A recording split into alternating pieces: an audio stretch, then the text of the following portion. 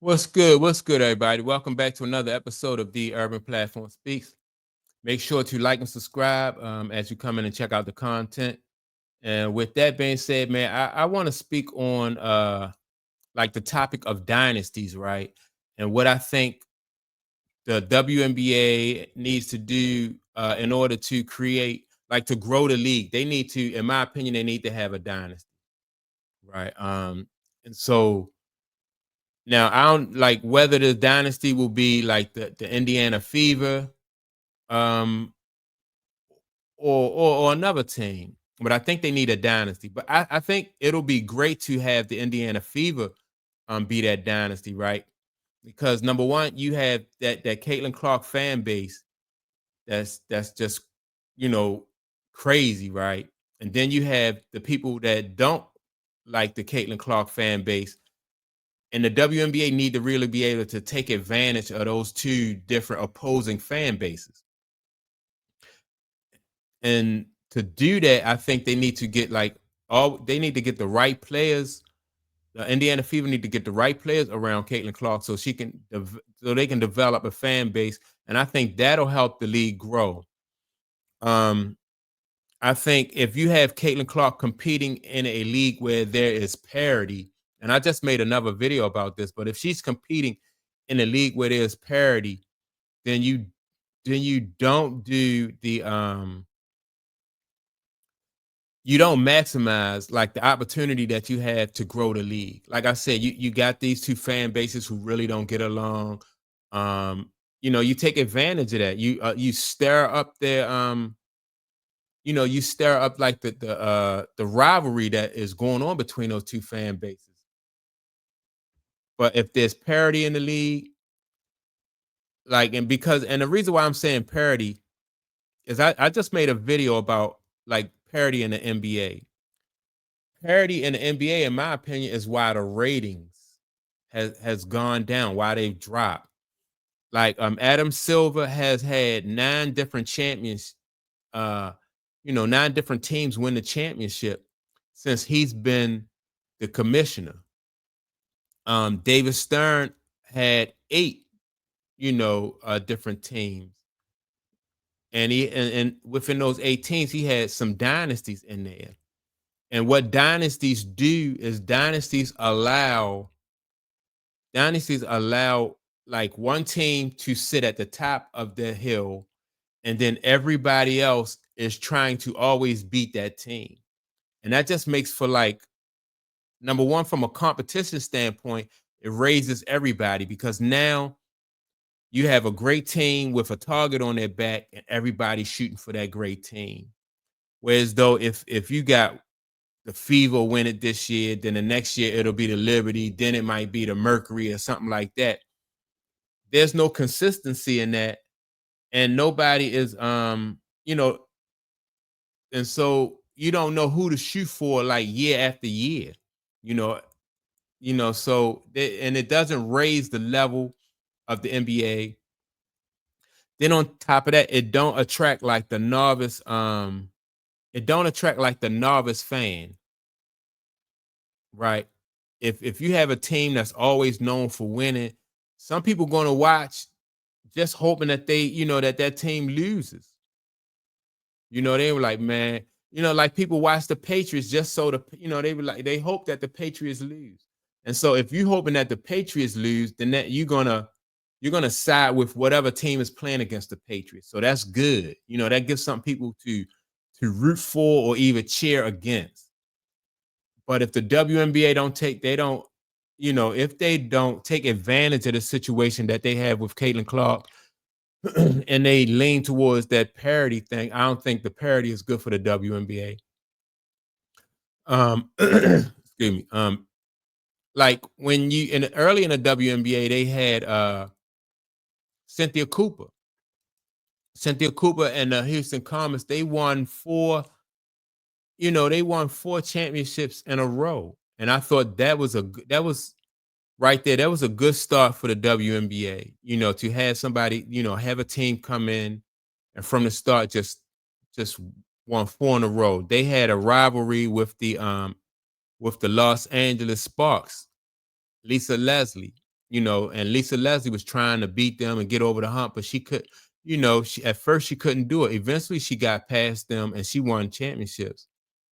But I think that that's the model that the WNBA should go. That's the route they should take. Allow teams to be able to build dynasties, then have a team that is great sitting at the top of that heap, and and everybody just shoot for them. It raises the level of all the teams because you got to get up. Like if you want to beat a great team, you competing against a great team, you can't come in half stepping. Because that great team will blow you out and make you look foolish. And the same thing for a great team. Like great teams have to be great every night. That's good for it's just good for the sport. They got that target on their back. And it's any sport you look at, whether it's boxing, basketball, football, like when Mike Tyson was winning, boxing was popular. With Sugar Ray Leonard was doing his thing, Muhammad Ali, boxing was popular. Because everybody had whoever had that belt, everybody was shooting for that person with that belt. You know, whoever, Tom Brady and the Patriots, everybody's shooting for Tom Brady and the Patriots. Everybody was shooting for Chicago Bulls. Back in the day, they wanted to beat Larry Bird and the Celtics. It's just great for the sport. Even if your team, you don't have a Larry Bird on your team, but you got somebody who go out there and they give it like a Dominique Wilkins. Dominique Wilkins, when he played against Larry Bird, those were some epic games. Larry Bird beat most of the time, and Larry Bird beat when it counted, but those just were some epic games. So I think the move for the WNBA to do is to allow a situation where teams where they can build dynasties. And once you have and I think with Caitlin Clark, not to say that it should be rigged, but with Caitlin Clark, this opportunity they had with that fan base, if they don't want that fan base of Caitlin Clark's to go away, or if the WNBA wants to benefit in the long run from the fan base of this young lady, then they need to lean into that and allow these teams to be able to build dynasties. The way they did back in the day. I don't know, like the New York Liberty. I don't think like their team right now is not. They only won one, but they got a big three. You know, and let's see if New York Liberty can do it. Again, who was it? Like Asia Wilson. She won two in a row, but I mean, you want to but that was good for the Las Vegas fan base that she won two in a row. Then, like I said, then the Liberty won that one. But you need a team like that. Everybody either love or hate. And I think the situation right now, like the atmosphere right now, is ripe for is for Caitlin Clark, man, and the Indiana Fever. Some people love the Indiana Fever. Some people hate and you see all of the hard fouls and man, the WNBA really need to take advantage of that situation and allow that to that will, in my opinion, that will propel the WNBA. But hopefully they don't drop that ball, man, when it comes to allowing them to build this dynasty. And so that's my take on it. With that being said, make sure to like and subscribe.